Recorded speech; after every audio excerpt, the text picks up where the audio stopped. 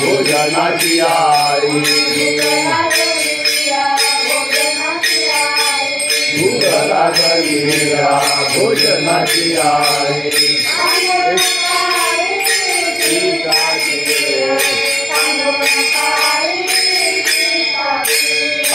पांघरुण काळी चिंताची पांघरुण काळी चिंताची विठोबा रखुमा जय जय विठोबा रखुमा जय जय विठोबा रखुमा जय जय विठोबा रखुमा. आपुले उचित हेची उपकार आमुचे उचित हेची आमुचे उचित हेची उपकार आपुलाची भार घालो तुझ भूक लागलिया भोजनाची आळी पांघरुण काळी शीताची. मागणीपर असलेल्या या अभंगामधून तुकोबराय भगवंताकडे काही मागणी करतायत आणि मागणी करणं हा आमचा अधिकार आहे, हक्क आहे, अशा प्रकारचा स्वर आळवलेला आहे या अभंगामध्ये. मग आपण पहिली 4 चरणापर्यंत आलेलो होतो की दुःख येऊन येदी आमुची या घरा चक्र करी फेरा भोवताला 4थं चरण आहे. आमच्या घरात दुःख येऊ नेदी शरीराला घर असं म्हटलेलं होतं तिथं. आणि त्या आमची शरीर जर व्यवस्थित राहिलं परमार्थाचं साधन तर पुढे परमार्थ करता येणं शक्य आहे असं आपण काही चिंतन केलंही होतं त्या दिवशी की नको जाऊ देऊ भंगा गात्रे माझी पांडुरंगा आयुष्य करी उणे परी मज आवडे हरिकीर्तन. तुकोबराय म्हणतात आयुष्य कमी झालं तरी चालेल पण हरिकीर्तन आवडलं पाहिजे आणि हरिकीर्तन करण्यासाठी शरीर व्यवस्थित राहिलं पाहिजे. परमार्थाचं साधन शरीर आहे आणि भोगाचंही साधन शरीर आहे. भोगायतन असं म्हटलं त्याला.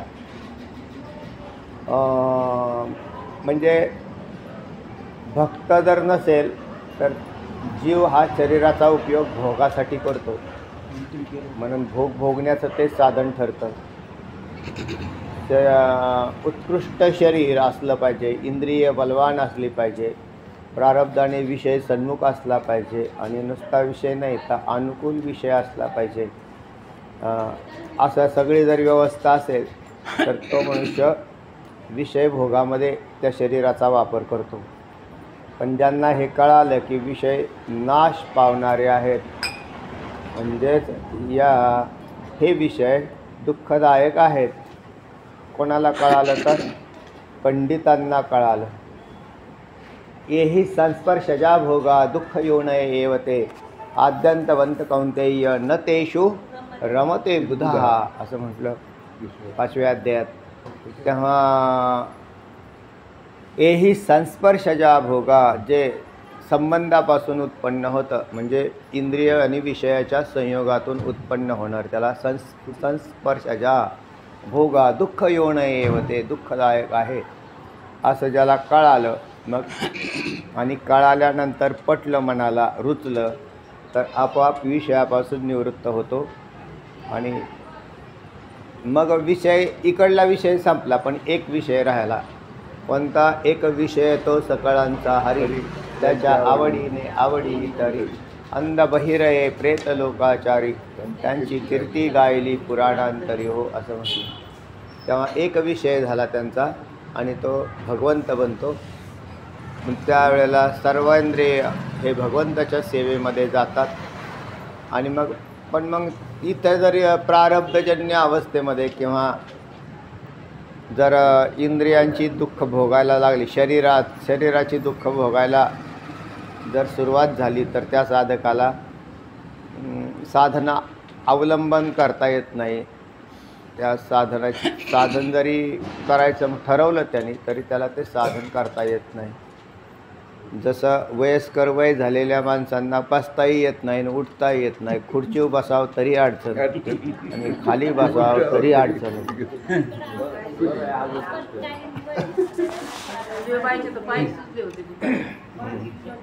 आता काय करावं म्हटलं मग नको जाऊ देऊ भंगा गात्रे माझी पांडुरंगा. पण कशासाठी? संसारासाठी नाही. नाहीतर काय म्हणले, संसारासाठी जर वापरत असतात मग साधकाचा का आपली कॅपॅसिटी वाढते का नाही? तुम्हाला जर असं नुसतं एकट्या माणसाला इथं बसून राहा म्हटले व 1 तासभर, काय थांबतोय तो 1 तास? बिलकुल बसणार नाही तो. 1 तास काय बसतो तेव्हा? म्हणून माणसं एक असे 5 मिनटं असे बसली की उठतात, तिकडं जातात, तिकडे एक 5 मिनटं बसली तिथून उठतात, तिकडं जातात. झोपलेले असतील तर 10 मिनिट झोपतात, 5 मिनटं उठून बसतात. उठून बसल्यावर परत टिकून बसतात. टिकून बसल्या की परत चालायला सुरुवात करतात. म्हणजे सारखंच बदल चालतो. तर त्या याचंच कारण असं आहे की त्याचे ते शरीराला ते नाही जमत. पण असे सवय लागल्यावर तासनतास बसण्याची सवय साधकाला लागते. आणि मग त्याला ते शरीर जर साथ देत असेल तर साधना घडते. म्हणून तुकोबराय म्हणतात, दुःख येऊन येदी आमुची या घरा. घर या पदाचा अर्थ शरीर. आणि मग याचं संरक्षण करणं हे तुमचं काम आहे आपाप, असा भाग झाला. म्हणजे सरळ असा एक अर्थ घेतला होता. त्या दिवशी म्हटलं होतं की घरपदाचा जरी वाच्य आहे तसा ठेवला तर आम्ही ज्या घरामध्ये राहतो म्हणजे ज्या कुटुंबात राहतो असाही अर्थ करून अर्थ लागतो त्याचा. कारण चक्र करी फेरा भोवताला. आमच्या कुटुंबावर जी संकटं येतात त्या संकटात हा काय करत असतो? संरक्षण करत असतो. त्या व्यक्तीवर संकट आलं काय किंवा त्याच्या कुटुंबावर आलं तरीसुद्धा त्या संकटात. आणि याची तुम्हाला अनेक उदाहरणं पाहायला मिळतात. व्यक्तीवर संकट आलं तरी हा त्या ठिकाणी उभा राहतो वैयक्तिक त्या व्यक्तीवर. अंबरीश राजावरती संकट आलं. कसं आलं तर दुर्वास ऋषीमुळे तयार झालं. एवढे मोठे साधू पण अंबरीश राजाला त्रास देण्यासाठी छळावयावन काय म्हटले, पांडुरंगे येई व पांडुरंगे भक्ताच्या कैवारे कष्टलीस विठ्ठले. अंबऋषी कारणे जन्म 10 घेतले किंवा सोसले. तेव्हा 10 जन्म घेतले. त्या अंबरीश राजाच्याकडे आलेले हे दुर्वास मुनी कथा माहिती तुम्हाला. आणि मग दुसऱ्या दिवसाचा प्रकार आहे. दुसऱ्या दिवशी स्नानाला गेले आणि आदल्या दिवशी एकादशी व्रत पूर्ण झालं होतं. सकाळी सूर्योदयाला पारणं फेडायचं तर यांनी यायला पाहिजे होतं की अंबरीश राजा हा एकादशीच्या व्रताचा पक्का आहे. पण ते काय आले नाही आणि मग उशिरा आले. पण मग आपल्या व्रतात भंग होऊ नये म्हणून अंबरीश राजाने ब्राह्मणांना विचारलं. म्हटले काय करता येईल याच्यावरचा उपाय? जे राजदरबारी असणारे ब्राह्मण त्यांनी सांगितलं तुळशीपत्राच्या द्वारे तुम्ही काय करा, पारणं फेडा. त्यांनी तुळशीपत्राच्याद्वारे पारणं फेडलं. पण हे बाबा आले तर अगोदरच अतिक्रोधी असलेले आणि ते म्हणले राजा पारणं फेडायचं आहे ना. ते म्हटले मी पारणं फेडलं म्हणस तर त्या असा पारा चढला आणि मग शाप, तुला फार एकादशी व्रत करणार आहे ना तर तुला 10 जन्म आणखीन घ्यावे लागतील. म्हणतो ते एकादशी व्रत करणार आहेत आणखीन काय कर. कारण मग आता शाप दिला.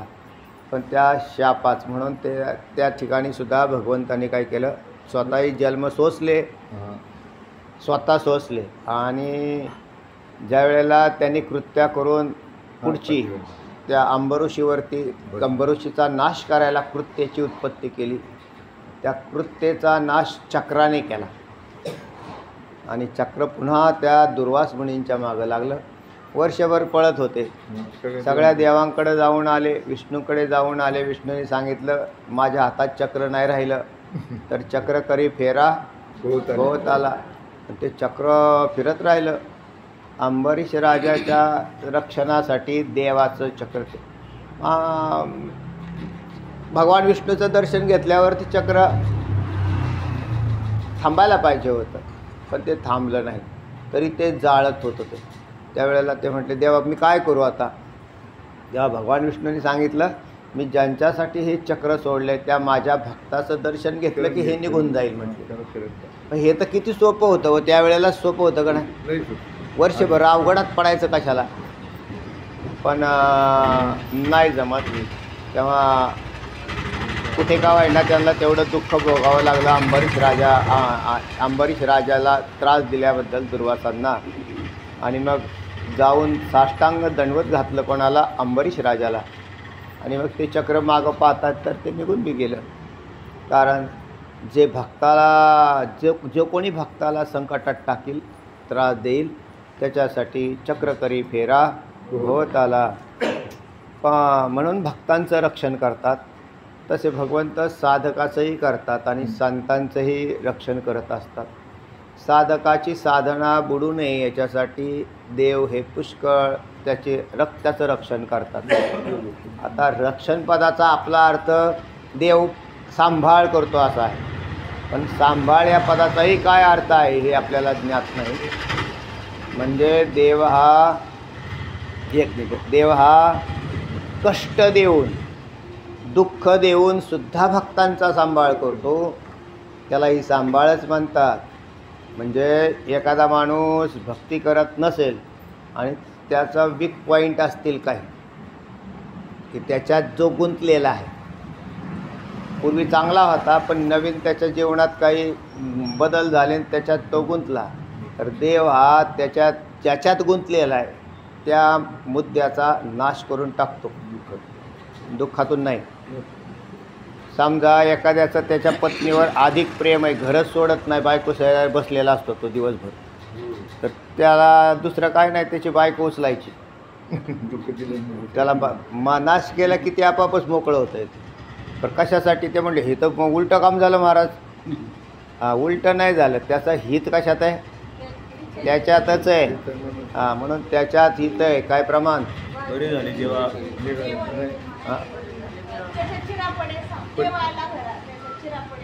संसारा, बरोबर, त्याच्या चिरापडे संसारा. तेव्हा देव भक्ता लागी करुणेदी संसार, अंगे वारावार करुणी ठेवी. म्हणजे देव वारावार करून ठेवतो. म्हणजे वारावार याच्यासाठी करून ठेवतो की अनात्म पदार्थाकडे काय झालेला असतो, हा आकर्षित झालेला असतो, त्याचे ते बाहेर काढायचे सगळे. म्हणून मग आता त्याच्यात वास्तविक लोकांना वाटतं की पान देवाचं करतो, देव ह्याच्या मागं लागला. देव नाही मागं लागला, ह्याला बाहेर काढायचं आहे त्याच्यातून. म्हणून देव हा त्याच्यासाठी तेवढं सगळं करतो. किंवा मग जे दुःख आहे आपल्याला असं वाटतं की हे उलटं झालं, उलटं नाही, हे बरोबरच चाललेलं असतं. जे प्रतिबंध आहेत ते हटवून टाकतो तो.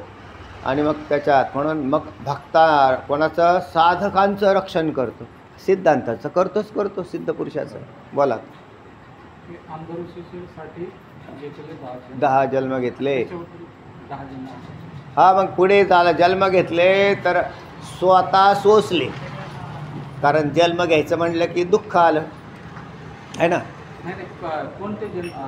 जन्म म्हणजे योनीमध्ये गेले, पुढच्या पुरुष योनीमध्ये गेलेले, ते पुढचे जन्म दिलेले आहेत ना, तुला 10 जन्म घ्यावे लागतील, एवढाच शाप होता तो. तर त्याला पुरुषाचे 10 जन्म त्याच्यात ॲड झाले, बाकीचे किड्यामाकोड्यांचे नाही झाले, कारण तो पुण्यवंत राजा होता. मानवी शरीरामध्ये पुढचे 10 जन्म मानवी शरीरात त्यांना प्राप्त झाले. हा, असले नाही त्यांनी मानवी, कारण तो पुण्यवंत होता ना. असं नाही म्हटलेलं कुठं, म्हणजे माझ्या वाचण्यात बी नाही आलं की तुला कुत्र्याचे मांजराचे जन्म घ्यावे लागतील, असं नाही.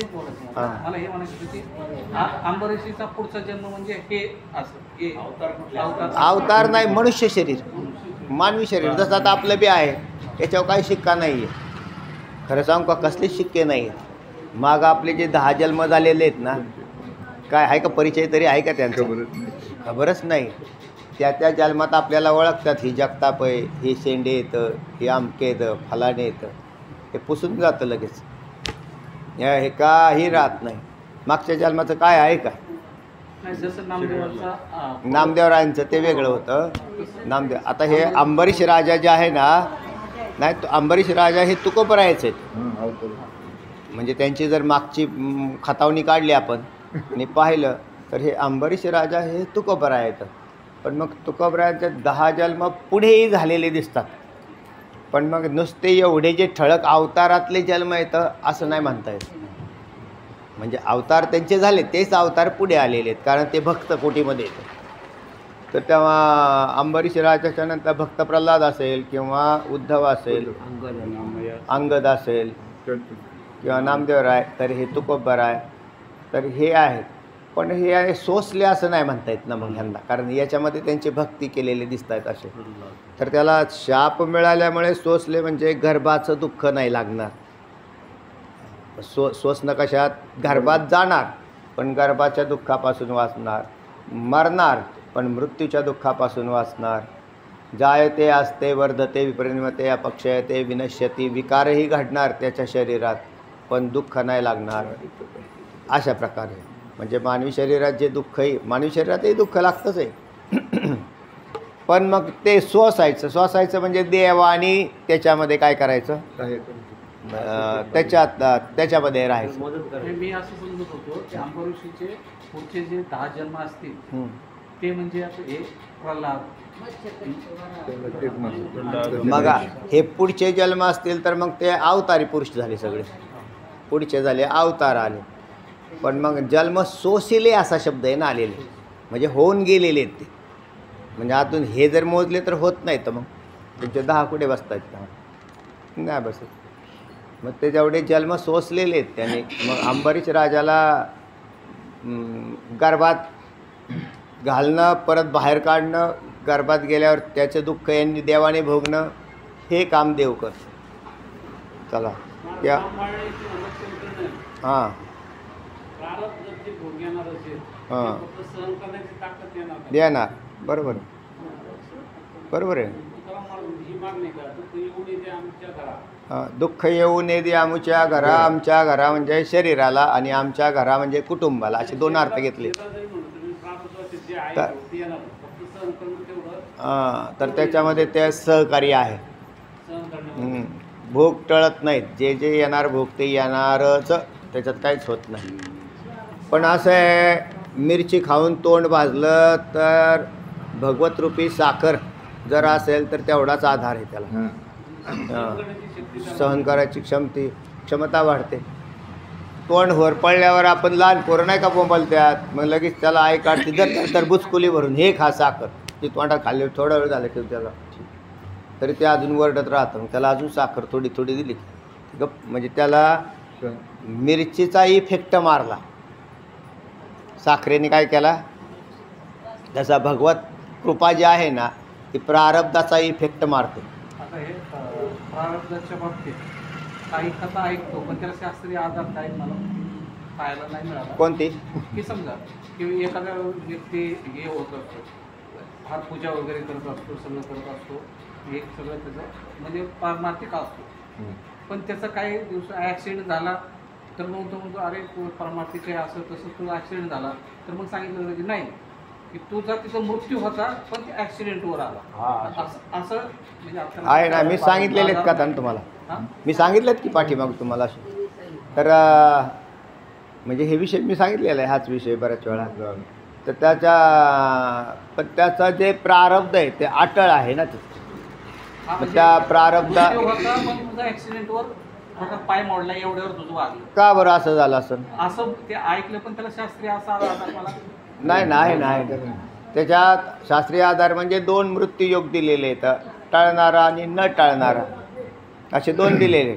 म्हणजे याचा अर्थ जो टळणारा होता त्याच्यात जर कोणी गेला, जो टळणारा होता तो टाळता आला असता, परंतु त्याच्याकडून भगवत भक्ती घडली नाही म्हणून त्याला तो टाळता आला नाही. म्हणजे प्रत्येकाचे 2 योग आहेत, त्याच्यात योग असतात. मग आता त्या योगामध्ये तो टाळता आला असता, परंतु हा तर पिऊनच पडत होता. मग देव म्हणतात हे पिऊन याचं दुःख अजून वाढतंय, ह्याच्यापेक्षा हा गेलेलाच चांगला आहे, मोकळा. त्याला विनाकारण देह पुढे ज्याला आणि त्याच्या जागेवर भक्ती करत असेल तर ते म्हणजे बरं ह्याचा टाळवा, म्हणजे तेवढीच याची पुढे आणखीन आधार कशाचा राहिलेला, पुण्यवंत आहे तो, पुण्य करत राहील, हा पुण्य करेल ना. म्हणून एवढं काम होतं आहे ते. हां, टळणारा आणि आता त्याच्यात अटळच असेल म्हणजे म्हणजे तो टाळणारा नसेल तर मग तो भक्त असो किंवा अभक्त असो दोघांसाठी एकच नियम लागू होतो. कुठला?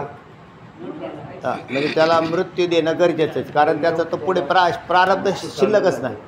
जसा प्रारब्ध शिल्लक नाही म्हणजे ज्याचं जेवढ्या ज्वारीच्या दाण्यावर नावं पडलेली तर तेवढी ज्वारी त्याला मिळणार किंवा तेवढा गहू त्याला मिळणार. म्हणजे उत्पन्न होणारा पुढचा अजून तर आपण जर समजा पुढे अजून आपण जगणार आहेत, जगतीलच काही, सगळे काय मरत नाहीत, तर मग त्याचे पुढचे ह्याच्यात जन्म जे गव्हाचं पीक उत्पन्न होतं त्याच्यातल्या गव्हाच्या दाण्यावर याची नावं असतात. म्हणजे हे नियोजन पुढचं आहे का नाही त्याच्यात. पण ज्याचे दाणे संपलेले आहेत, ज्याचं दाणे संपलेले त्याला अटाळ मृत्यूयोग म्हणतात. म्हणजे त्याच्यात भगवंताने बी नाही काय केलं, कोणीच काय नाही केलं, तर त्याचं संपलेलंच आहे ते प्रारब्ध.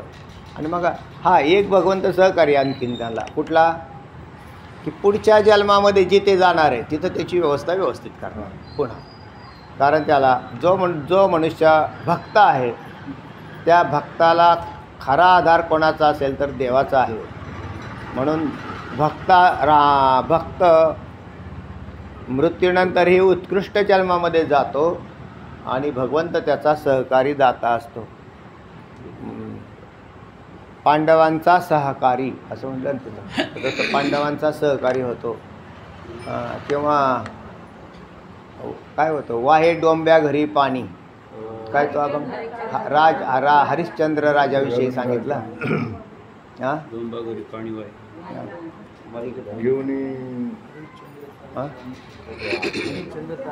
हरिश्चंद्र तारा राणी वाहे डोंब्या घरी डोंबा घरी पाणी, त्याच्यामध्ये आलेले त्यांचा सहकारी होतो. कर्म घेता तर त्याचा सहकारी हा भगवंत होतो. आणि भगवद्गीताही सांगते की योगभ्रष्टो भिजायते शुचिनाम श्रीमताम घे योगभ्रष्टो भिजायते. त्याचा जन्म आहे ते पुढे चांगल्या ह्याच्यात जातात. सत्कार्य करणारा वाया जात नाही, सत्कर्म करणाराचं जन्म जाईल त्याचा, म्हणजे तो मृत्यू येईल पण वाया नाही जाणार.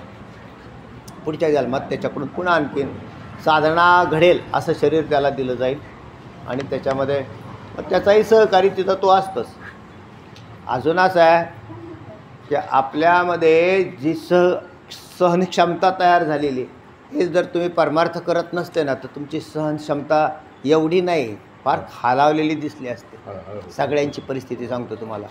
परमार्थ करताना तुमची उंची वाढली, सहनशक्तीची उंची वाढणं म्हणजेच धैर्य, सात्विक धैर्याची उत्पत्ती हे भगवंताकडूनच होते. आपल्याला असं वाटत नाही, आपल्याच्यानं होईल असं वाटत नाही, असं वाटत असतानाच होऊन जातं. आणि मग कोण करतं ते, म्हणजे नेहमी असं वाटतं बा आपल्याला की बा हे आपण तर अतिशय क्षुल्लक मनुष्य आहे, आपल्याकडे काय करण्यासारखं काही नाही, पण हे कोण करतं आहे, तर इथे भगवंताचं पाठबळ काम करतं. आणि हे नक्की आहे अगदी 100%. तेव्हा दुःखामध्ये हा भक्तांचा सहकारी होतो. आणि त्या दुःखही त्याच्या घराला म्हणजेच शरीराला किंवा त्याचं जीवन जोपर्यंत आहे तोपर्यंत तर ते या दुःख लागू न देण्याचं काम भगवंत करत राहतात. आणि हे मागणीमध्ये मागितलं याचा अर्थ हे जर समजा तुकोबरायांची ही मागितलेली मागणी पूर्ण होणारीच नसती तर तुकोबरायांनी हे मागितलं नसतं. म्हणून मागितलेली ही मागणी ही पूर्ण होणारीच आहे. आणि ती कशी पूर्ण झाली तर ते अनेक संतांच्या ठिकाणी आपल्याला पाहायला मिळते की अनेक संतांची अनेक दुःखे या बाबांनी काय केलेली तर नष्ट केलेली दिसत आहेत सगळ्याच याची. पण तो कुटुंबाचं सुद्धा रक्षण करतो, नुसतं त्या साधूचं करतो असं नाही, तर त्याच्या कुटुंबाचं सुद्धा हा जतन करताना दिसतो. सगळ्या कुटुंबावर त्या कबीर महाराजांचा पुत्र कमाल, त्यांच्याकडे साधू मंडळी आले, खायला अन्न नव्हतं, काहीच नव्हतं. ते म्हटले मग मारवड्याचं दुकान फोडा. मारवड्याचं दुकान फोडा म्हटल्यावर रात्रीचे गेले. आणि मग ते म्हटले मग कसं काय गड्या, तर म्हणजे जेवढ्या माणसाला जाता येईल एवढा भगदाड पाडलं भिंतीला. त्याच्यातून आत गेले, सामान घेतलं, जेवढं लागतं तेवढं बाहेर काढलं आणि मग कबीर महाराज ते म्हटले बाहेर आले. पण ते म्हटले अरे आपण तर हे घर ह्याचं हे एवढं हे करून टाकलं आणि आणखीन दुसरा एखादा चोर आला तर ह्याची फार मोठी नुकसान होईल, याची नुकसान होता कामा नये. मग म्हटले असं कर, मी आधी बाहेर, ते कबीर महाराज बाहेर निघून गेले आणि कमालाला सांगितलं, म्हटले त्यांना उठव आणि म्हणजे हाक मार, आवाज दे आणि लगेच बाहेर ये. तेवढ्यात त्याचं तोंड आलं बाहेर आणि पाय राहिले मागं आणि त्या मारवड्याने त्याला धरून ठेवले ते पाय. आता म्हटले पण सगळंच पितळ उघडं होईल. मग ते म्हणले आता काय करायचं. तेव्हा कमालाने सांगितलं काही नाही बाबा, तुम्ही ना माझं डोकं कापून द्या म्हणजे कोणाला कळणारच नाही. कोणी सांगितलं? मुलांनी सांगितलं. साधूच होते बरं का ते, साधारण नाही ही गोष्ट. आणि त्या कमालाचं डोकं कापून नेलं. कुणी? कबीर महाराज. आणि मग त्याच्यात हे सगळं साहित्य खाण्याचं घेऊन गेले, त्यांना खाऊ पिऊ घातलं. दुसऱ्या दिवशी ते चावडीवरती ते लटकावलेलं होतं, ते सोळावरती, म्हणजे सोळावर म्हणजे आता ते लटकवलेलंच होतं, ते आधीच डोकं कापलेलं होतं. आणि हे कबीर महाराजांनी ते डोकं घेऊन गेलेले होते. आणि नंतर ते दुसऱ्या दिवशी हे सगळे गेल्या निघाले का संत. आणि मग त्यावेळेला ते म्हणले वा कमालजी कुठे दिसत नाही, कमाल कुठे दिसत नाही. त्यांना माहीत होतं ना. आणि मग ते लटकावलेलं प्रेत, आता हे माऊलींसारखे सर्वज्ञ असणारे तेच होते तिथे. आणि मग ते म्हटले की काय. मग त्यांनी ते पाहिलं, त्या राजाला सांगितलं, म्हटले काही नाही, असं असं झालं म्हटले. तर गावामध्ये आम्ही आलो होतो, खाण्यासाठी काही नव्हतं म्हणून कबीर महाराजांनी असं असं केलेलं आहे म्हटले. आणि त्या राजा म्हटला बरोबर आहे, गावात अतिथी आला आणि उपाशी जर गेला तर हे पाप राजाला लागतं. आणि हे कबीर महाराजांनी आमचं रक्षण केलेलं आहे. अहो म्हणले पण मुलगा त्याच्यासाठी बळी दिला म्हटले तुम्ही, हे कसं काय. तेव्हा माऊली ज्ञानोबरांनी सांगितलं खाली घ्या त्याला आता. आणि खाली घेतल्यावरती कुठे म्हणले त्याचं डोकं, हां ठेवा म्हटले. आणि उठ रे कमाला म्हणले की कमाल उठला, पुन्हा कमाल उठला. आणि पुन्हा म्हणजे कमालाला जिवंत असे बरेच याच्यामध्ये तुम्हाला याच्यामध्ये माऊलींच्या चरित्रामध्ये भेटते. कमाल जिवंत झाला तर हे संकट नाही का. आता माऊलींच्या रूपाने देवच आहे ना हो, माऊलीन देव काय दुसरे थोडेच आहे. तेव्हा दुःख येऊ नये दे आमची या घरा, म्हणजे कुटुंबावर सुद्धा आलेले आघातसुद्धा त्याच्यात सहभागी होतात. किंवा तुम्हाला त्या दिवशी सांगितलेले चोखोबांचे मंडळी बाळंतीण होणार होते, तर हे कुटुंबाचा आघात नाही का. देवाने स्वतः जाऊन त्या ठिकाणी हे केलं, सहकारी झाला. तर असे पाहायला मिळतात. आणि मग चक्र, आता चक्र हे एक साधन आहे देवाचं रक्षणासाठीचं, म्हणून चक्र हे उपलक्षण आहे कशाचं, सगळ्याच त्याच्याकडे असणाऱ्या. कधी गदा असतं, कधी धनुष्य असतो, ज्या ज्या वेळेला जे जे शस्त्र, म्हणून सगळ्या कथा फिरतील मग आता तुम्हाला.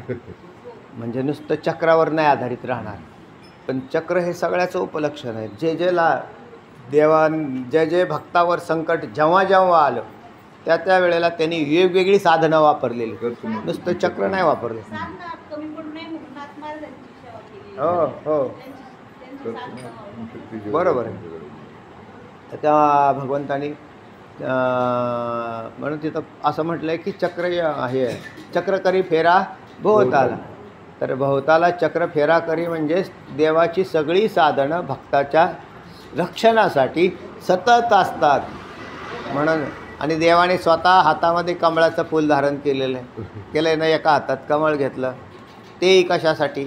आणि ऐनवेळी भक्त माझ्यासमोर आल्यावर त्यांची मला सेवा करावी लागेल म्हणून शंख, चक्र, गदा आणि पद्म, त्यात पद्माचा बी समावेश करावा लागेल चक्राबरोबर. म्हणजे पद्म तरी कशासाठी, मग साधू भेटल्यावर सेवा नको का करायला. जसं चक्रसेवा करताय ना तसं पद्मसुद्धा करताय. म्हणून हातामध्ये कमळ घेतलं, जिथे जिथे साधू येतील, केव्हा येतील माहीत नाही, पण जिथे येतील तेव्हा मी त्यांच्या चरणावर हे पद्म वाहील. तर तेव्हा भगवंत अशा प्रकाराने भक्तांचं सगळ्या बाजूने रक्षण करत राहतो आहे. आणि तुकोबराय म्हणतात म्हणूनच आम्हाला आता मुक्ती सवे चाड नाही. तुका म्हणे नाही मुक्ती सवे चाड. पुढे काय हां त्याचे आम्हा गोड जन्म याचे घेता. आम्हा गोड जन्म घेता. आम्हाला जन्म घेण्यासाठी गोडपणा वाटतो, म्हणजे आनंद वाटतो. काय आम्हाला अडचण नाही, आम्हाला मुक्ती बिक्ती काही नको. तर तुकोबराय हे भगवंताचे अति प्रेमी भक्त आहेत, त्यांना पार्षद भक्त म्हणतात. आणि त्याच्यामुळे आणि मग म्हटले मग मोक्ष नको मोक्ष नको. तर म्हटले आम्हाला सध्या मोक्षाची आवश्यकता नाही. वास्तव असं आहे की तुकोबरायांसारख्या यांनी संतांनी अगोदरच मोक्ष मिळवून घेतलेला आहे. जसं उद्धवाच्या जन्मामध्ये असेल, उद्धव हे तुकोबरायजीच आहेत. त्यावेळेला काय ब्रह्मज्ञान नाही झालं का? किंवा नामदेवरायांचा जन्म होता, विसोबा खेचरांसारखे सद्गुरू झाले, तिथं काय ब्रह्मज्ञान नाही झालं का? तेच तुकोबरायत ना पुढे बी आणखी. तर हे त्यांच्या जीवनावरतीचं हे म्हणजे वास्तव आहे. म्हणजे तुका म्हणे नाही मुक्ती सवे चाड. तर याचं वास्तव काय? तर नामदेवरायांचं जीवन आहे. विसोबा खेचरांना शरण गेले, विसोबा खेचरांनी ब्रह्मज्ञानाचा उपदेश केला आणि तेच नामदेवराय हातात तुपाची वाटी घेऊन कुत्र्याच्या पाठीमागे धावले, कारण कुत्र्याने रोटी पळवली होती. मग त्यांना कुत्र्यामध्ये आता भगवंताचं दर्शन दिसायला लागलं. मग मुक्त झाले म्हणा ना. तुका म्हणे नाही मुक्ती सवे चाड. आम्हाला हेही का व्हावं, दर्शनही व्हावं सर्वत्र भगवत भावाचं, आणि पुन्हा जन्म बी घ्यावा. अहो म्हटले मग असा नियम नाही ना हो. तुम्हाला एकदा भगवत दर्शन झालं की आम्ही तुमचे जन्म काढून घेतो. पण तुकोबराय म्हणतात आमचा जन्म काढून घ्यायचा नाही. वास्तविक निर्गुण मोक्षाचा नियम असा आहे की ज्या वेळेला अज्ञानाचा नाश होतो त्यावेळेला तो जीव पुन्हा दुसऱ्या जन्माला येत नाही. म्हणजे हा नियमच आहे, याच्यात काही शंका नाही. पण हा नियम भक्तांसाठी मोडीत काढलेला आहे. आणि तो कोणी काढला तर तुकोबरायांसारख्या संतांनीच काढलेला आहे. ते म्हणतात पण त्याला भक्त लागतात बरं का. म्हणजे नुसता ब्रह्मवेत्ता नाही, तर उत्कृष्ट हरिभक्त जेव्हा ब्रह्मज्ञानी होतो तेव्हा त्याला या कंडिशन म्हणजे या कंडिशनमध्ये राहायला अडचण राहत नाही. पण त्या की ब्रह्मज्ञानही आहे आणि जन्मही घेणार आहे. म्हणजे ब्रह्मज्ञानी पुरुष जन्म कसा घेईल? तर ब्रह्मज्ञानी पुरुषाला ते ब्रह्मज्ञान जन्माचा प्रतिबंध का करत नाही? तर तिथं भगवत कृपा काम करते परत. मग ते काय करतात? कल्पांपर्यंत भगवंताच्या संगतीत राहतात. जोपर्यंत सृष्टी आहे तोपर्यंत कल्पांचं आयुष्य त्यांना प्राप्त करून घेतात ते. आणि मग म्हणले मग गर्भवास आले. ते म्हणले काय नाही आम्हाला गर्भवासाचं काय वाटतच नाही तसं. तो का म्हणे सुखे घालावे आम्हासी. तो का म्हणे गर्भवासी सुखे घालावे आम्हासी.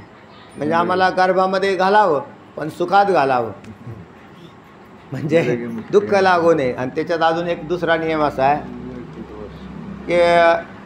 की एखाद्या माणसाने व्यापार केला दिवसभरात, 1 लाखाचा व्यापार केला, बरोबर आहे ना. मग 1 लाखाचा व्यापार केला आणि त्याला 500 रुपये दिवसभरात खर्च झाला. तर तो खर्च लाखाच्या मध्ये 500 रुपये खर्च आणि 99,500 रुपये नफा आहे ना. नफ्याच्या पुढं म्हणजे खर्च झाला. आता त्याला काय माहीत नव्हतं. तो म्हणतात का आज दिवसभरात माझा खर्चच झाला बा. ते म्हणजे किती झालं? 500 रुपये झाला. म्हणजे 500 रुपये खर्च केले. मग आपण जेवढं आहे तेवढं पाहायला पाहिजे, एवढा खर्च नाही करायला पाहिजे. बरं म्हटलं मग आज दिवसभर काय केला? म्हटले व्यापार केवढ्याचा? 1 लाखाचा. आणि 1 लाखात खर्च केले म्हणजे 500 रुपये.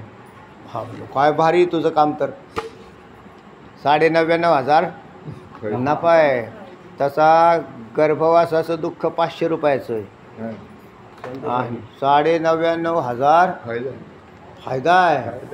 मग तुम्हाला दुःख बघायचं आहे? ते म्हणे कोणी बी म्हणे घेऊन द्या ना, काय अडचण आहे. थोडंसं क्षणभरी आम्ही सोसिले वाईट. हां तुकोबरायच म्हणतात ना, आम्ही क्षणभर काय सोसलं, वाईट सोसलं, पण तुका म्हणे नाही नाही, हे दुसरं आहे. क्षणभरी आम्ही सोसिले वाईट, भोगिले आवीट प्रेम सुख, असं आहे ते. भोगिले आवीट प्रेम सुख, असं किंवा थोडाफार बदल असेल आणखी. आता ह्याच्यामध्ये हां त्यांनी जन्म मागितला, हां. समजा जन्म मिळाला असेल, अहो भगवत भक्त आहेत म्हणजे मिळाला. मिळाला, हां. म्हणजे त्यांच्याकडे प्रारब्ध काहीच नाही. प्रारब्ध राहतंय, कारण प्रारब्ध नाश केलं नाही. नाही, हे तर ब्रह्मज्ञानी झाले ना. ब्रह्मज्ञान जरी झालं, झाल्यानंतर म्हणजे त्यांचं प्रारब्ध सगळं हे झालं, तो पुढे जन्म होणार नाही. कल्पित प्रारब्ध ठेवता येईल. ऐका ना, कल्पित प्रारब्ध ठेवता येईल ना. समजा आत्ता आपलं जन्म आहे, तुम्हाला आत्ता ब्रह्मज्ञान झालं, तुमचं ब्रह्मज्ञान झाल्यावर तुमचं आयुष्य आहे 100 वर्षाचं, आणि आज सध्या तुम्ही 60लाच आहेत. पुढच्या मी तर तुम्हाला सांगतो, एका दिवसात 1000 जन्म होतात. आणि काय अवघड आहे तेव्हा प्रारब्ध पुन्हा तयार व्हायला. मग याला कल्पित प्रारब्ध म्हणून नाव देऊन पुढे जाऊन द्या ना, चालू राहू द्या गाडी. पुढचं प्रारब्ध कल्पित तुम्हाला चालू ठेवता येईल ना, काहीच अडचण नाही. आणि आत्मज्ञान झाल्यावर माणसं मरत नाहीत. जे काही प्रारब्ध आहे ते भोगावंच लागतं नंतर. हां, जेवढं प्रारब्ध आहे ते चालूच आहे. मग प्रारब्ध चालू आहे तर मग कर्मही द्यायत, पण त्याला आभासित कर्म धरायचं आणि ते पुढे चालू होईल ना, कंटिन्यू होईल. आणि मग हा नियम आणखीन भाग असा आहे, जो सत्ताधीश असतो ना खरं तर त्याचा कोणी सत्ताधीश नाही.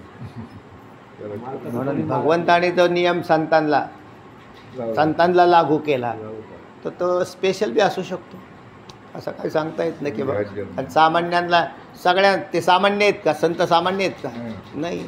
म्हणून ते विशेषच आहेत. म्हणून आपण जीवाचे नियम संतांना लावायला गेलो तर फसगत होण्याची शक्यता आहे, असं बी असू शकतं. आणि नाही तसं मांडलं तुम्ही, अगदी पार कर्मावरच भरोसा मांडून राहिले तरीसुद्धा आभासित कर्म आहेच ना. जे ब्रह्मज्ञानोत्तर जे कर्म घडतं आहे ते आभासित कर्म मानून त्याला संगती लावता येईल. चला, तेव्हा आम्हाला काय मोक्षासवे चाड नाही. मोक्षाची चाड म्हणजे इच्छा, आम्हाला काही नाही. मग आम्ही काय करू, तुझ्या सेवेमध्ये जन्मच्या जन्म राहू, ही सुद्धा काय आहे, मागणीच आहे. आणि ही सगळी मागणी तुकोबरायांची पूर्ण केलेली दिसते भगवंताने, कारण ते त्यांचं वास्तव जीवनच तुम्ही पहा मागून आलेलं. तर हे अगदी अभंगाला बसतंय. हरी सुंदर ते जाणव भेटे वरी.